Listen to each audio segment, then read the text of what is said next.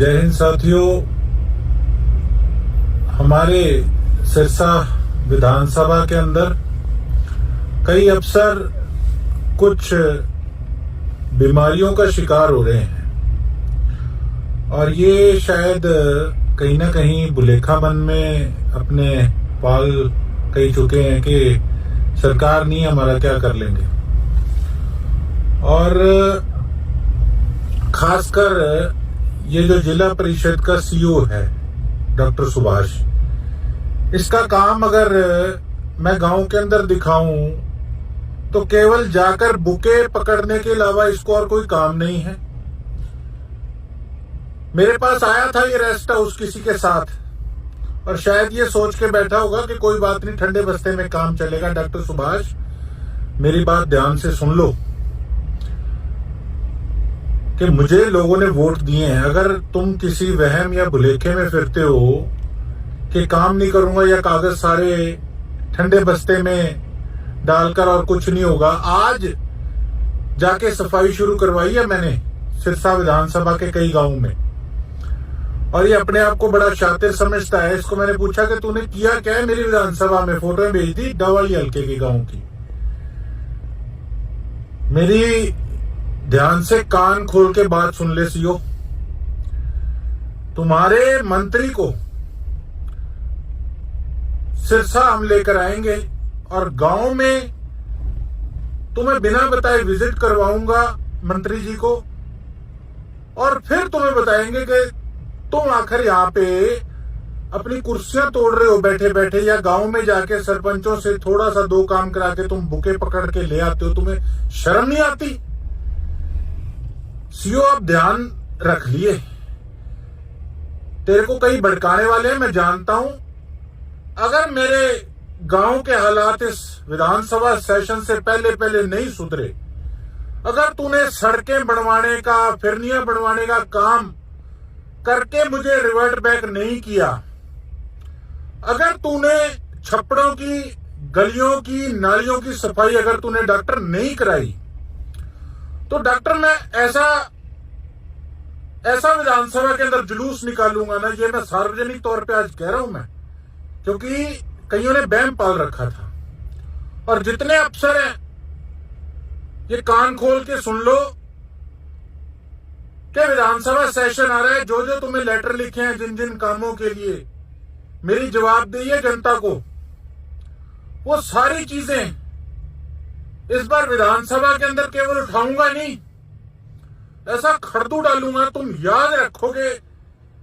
और तुम्हें छठी का दूध ने याद दिला दिया ना कि तुम सिरसा के अंदर बैठ के क्या कर रहे हो, लोगों के हक मारने का काम कर रहे हो, तुम याद क्या रखोगे। और खासकर ये सीओ, कान खोल के सुन लेना, सेशन आ रहा है, एक एक चिट्ठी लेके जाऊंगा और मुझे अगर वहां पे धरना देकर भी बैठना पड़ा ना, बीच में वहां बैठूंगा चार्ट पेपर ले जाके कि तूने मेरे इलाके के गांव का क्या हाल कर रखा है। फिर देखता हूं तेरे को कौन से ये जो नेता तेरे को भड़काने वाले हैं या जिनकी उंगलों पे तू चढ़ रहा है, तेरे को कौन वहां पे विधानसभा में बचाने आता है। और उसके साथ साथ एक और अफसर है हमारे सिरसा का, दबा के पैसे खा रहा है, ठोक के पैसे खा रहा है, उसके प्रूफ भी मेरे पास पहुंच चुके हैं। हालांकि वो काम मैंने किया नहीं, वो कैमरा मैंने लगवाया नहीं, लेकिन सबको पता था कि मैं इसको कितने महीनों से लेटर लिख रहा हूं कि जो तूने काम किए हैं वो मुझे डिटेल चाहिए। तो मैंने सभी को कह रखा था कि भैया इसकी लीपोल जो भी लेके आएगा वो एक हिसाब से लोगों के हित में काम करने का काम करेगा। तो एक व्यक्ति ने मुझे उस अफसर की कुछ प्रूफ्स वगैरह दिए हैं और अब उसको मैं सार्वजनिक करने वाला हूं आज शाम तक, आज शाम या कल सुबह तक उसको सार्वजनिक करूंगा। आप देखना किस प्रकार से ये शरेआम पैसा खाते हैं। और जो अफसर सोचते हैं ना कि चिट्ठी आ गई है, कोई बात नहीं, ठंडे बस्ते में डाल दो, भूल जाएगा, अरे भूल लूंगा नहीं। तुम ये लगा लो कि दिन प्रतिदिन मेरे वो दिमाग में जज जाती है कि वो अभी तक लाइटली ले रहा है, फिर मैं ढील दे देता हूं, कोई बात नहीं, आज नहीं तो कल में आ जाएगा उसका रिस्पॉन्स। पर तुम भी ये याद रखो कि किससे पाला पड़ा है।